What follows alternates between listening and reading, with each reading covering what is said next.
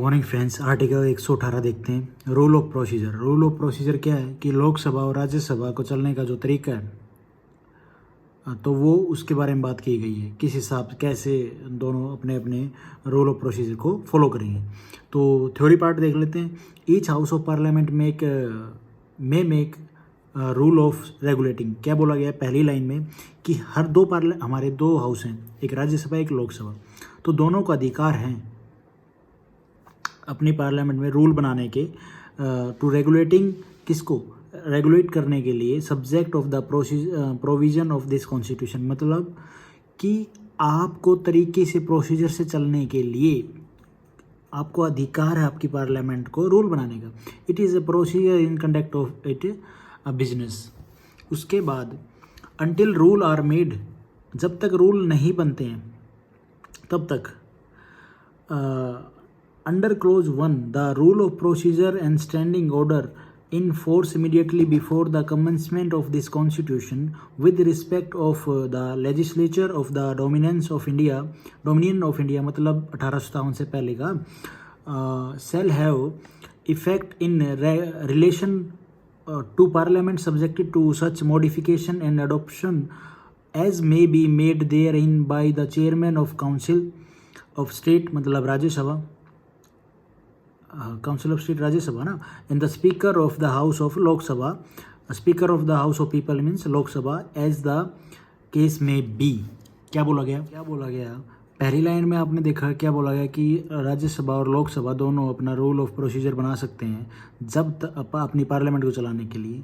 लेकिन अगर जब तक नहीं है तब तक जो इंडिया के आज़ाद होने पर जो डोमिनेंट ऑफ इंडिया था उससे पहले का जो रूल ऑफ प्रोसीजर चला आ रहा है उसमें उसको आप लेके उसको मॉडिफाई करके या उसको आप मॉडिफिकेशन करके उसको आप अडोप्ट कर सकते हो और उसके अकॉर्डिंग आप अपने लोग जो हाउसेज हैं उनको चला सकते हो। ये बात बोली गई इसमें। उसके बाद क्या है सेकेंड लाइन में, the president after consultation with the chairman of Rajya Sabha and speaker of Lok Sabha. मतलब ये है बात है जॉइंट सीटिंग के ऊपर। भैया जॉइंट सीटिंग जब बुलाई जाएगी तो हमारे प्रेसिडेंट साहब वो कंसल्ट करेंगे किसके साथ, चेयरमैन है जो राज्यसभा में चेयरमैन ही होता है और लोकसभा में स्पीकर होता है। तो इनसे कंसल्ट करके जो may make rule as to the procedure with respect of joint sitting. Joint sitting का जो रूल है बुलाने का जो प्रोसीजर है उसके ऊपर बात करके कम्युनिकेटिव बिटवीन दोनों हाउस और दोनों हाउस से बात करके जॉइंट सीटिंग बुलाएंगे। तो उसमें मतलब बताया गया है कि क्या रूल होगा, किस प्रोसीजर के थ्रू वो उनको बुला सकता है, जॉइंट सीटिंग बुला सकते हैं। तो ये बात बोली गई इसमें। उसके बाद जो फोर्थ पॉइंट है वो क्या है, at a joint sitting of the two houses the speaker of the house of people means Lok Sabha as may be determined by the rule of procedure made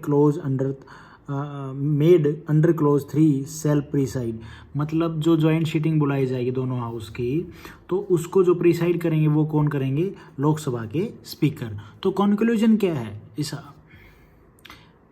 इस आर्टिकल का, कंक्लूजन क्या निकला, क्या बोला गया इस मेन आर्टिकल में। देखो भाई कंक्लूजन क्या निकला कि राज्यसभा और लोकसभा अपने हाउसेस को चलाने के जो रूल ऑफ प्रोसीजर है वो अपनी पार्लियामेंट में बना सकते हैं। एक पॉइंट तो ये बना।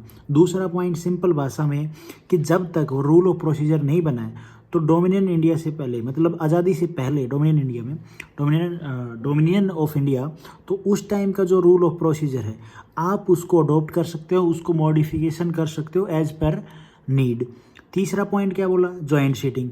दोनों जो लोकसभा और राज्यसभा की जॉइंट सीटिंग बुलाने का जो प्रोसीजर है वो क्या है, उसमें किस हिसाब से जॉइंट सीटिंग बुलाई जाएगी उसके अकॉर्डिंग भी अगर आपको एज पर नीड भाई आपको जो स्पीकर साहब और चेयरमैन साहब से डिस्कशन कंसल्टेशन करके उसके बाद आप जॉइंट सीटिंग बुलाएंगे। और उस जॉइंट सीटिंग को हेड कौन करेगा, स्पीकर साहब हमारे।